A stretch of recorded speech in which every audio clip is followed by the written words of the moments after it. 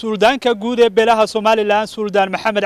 C oo maanta waraysi gaar ah siiyay telefishinka caalamiga ah Cable TV ayaa waxa uu ku dhawaaqay inuu hakiyay shirkii mid ka mid ah beelaha Somaliland ay u ballameen inay ku qabsadaan magaalada Burco ee xarunta gobolka Togdheer waana kan suldaanka oo arintaasi iclaaminaya. waxa leeyahay shirka dib baan u dhigaynaa mana qabanayna imika iyo waqti kale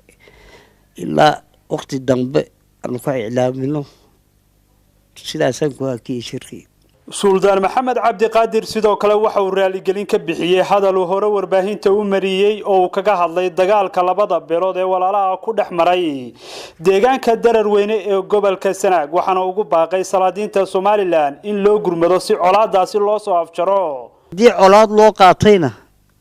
yani waxaan ka bixinayaa raali gelin hadii waxa xaqiiqa ay haydna idii andusha ka saaray raaliga hada waan leeyahay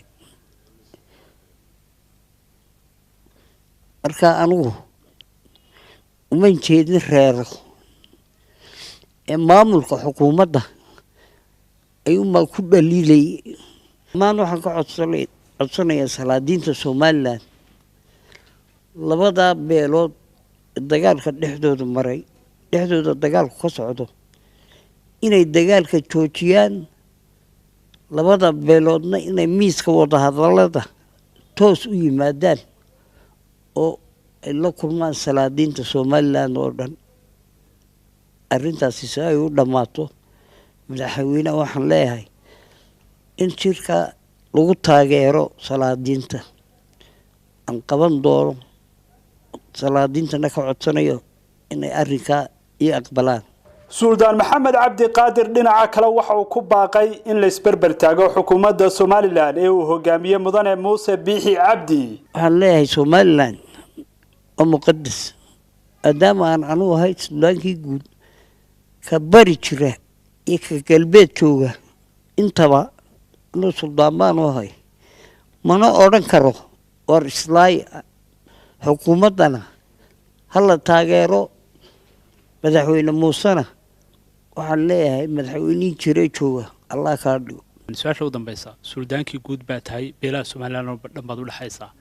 waxa laga yaabaa laba toddobaad is xigtay inaad laba mowqif ku kala hadasho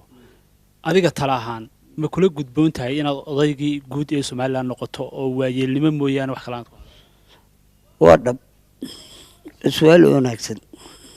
marmar may ka keenaysaa nervouska dadku inaad hadal kulul ku hadasho laakiin hadalka kululi dib ma leh dadku waxbay ku qaataan anigu sidan qabo laakiin hadduu dhibaato keenayo waxaan qabaa imika dagaalkii halkaa ka dhacayay hadalkaygu baa joojiyey ay beelu isku hujuumayeen ilaa maalintii aan hadlay ilaa imika wax dambe lagama soo sheegin reeri laakiin dadkan gudaha ku jira ee wajiga kale u soo xidhanaya xukuumadda ayaa waxaan oo dhan horta ka dambeeya. Xasan Sulaymaan Harun Xasan Galeyd telefishinka Cable magaalada Hargeysa.